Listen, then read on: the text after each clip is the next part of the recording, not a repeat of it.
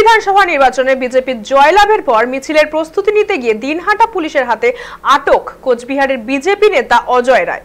শুক্রবার রাত 10টা নাগাদ বিজেপি জেলা সম্পাদক অজয় রায় ওরফে বুড়াকে তার বাড়ির সামনে থেকে তুলে নিয়ে যায় দিনহাটা থানার পুলিশ। বিজেপির অভিযোগ, বিহার বিধানসভা নির্বাচনে এনডিএ বিপুল ভোটে জয়লাভ করেছে। সেই আনন্দেই অজয় রায় তার বাড়ির সামনে মিষ্টি বিতরণ করছিলেন এবং সেই সময় পুলিশ তাকে তুলে নিয়ে যায়।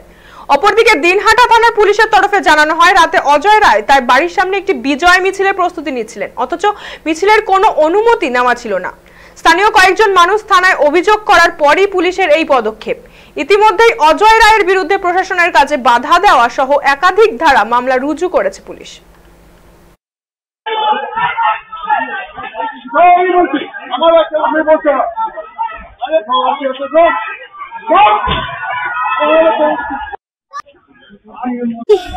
আজকে বিহারে বিজেপি জিতছে, সেই জন্য সব জায়গায় এরকম বাজনা বাজিয়ে সব জায়গায় অনুষ্ঠান করছে।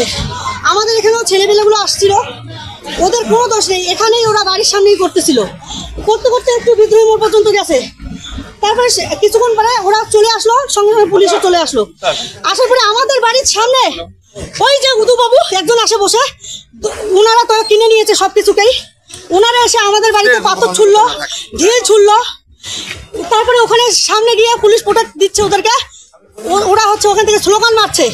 আর এখন বিনা কারণে আমার হাজব্যান্ডকে তুলে থানায় নিয়ে গেল, কোনো কারণ ছাড়াই, কোনো অ্যারেস্ট ওয়ারেন্ট নেই, কোনো কিছু নেই।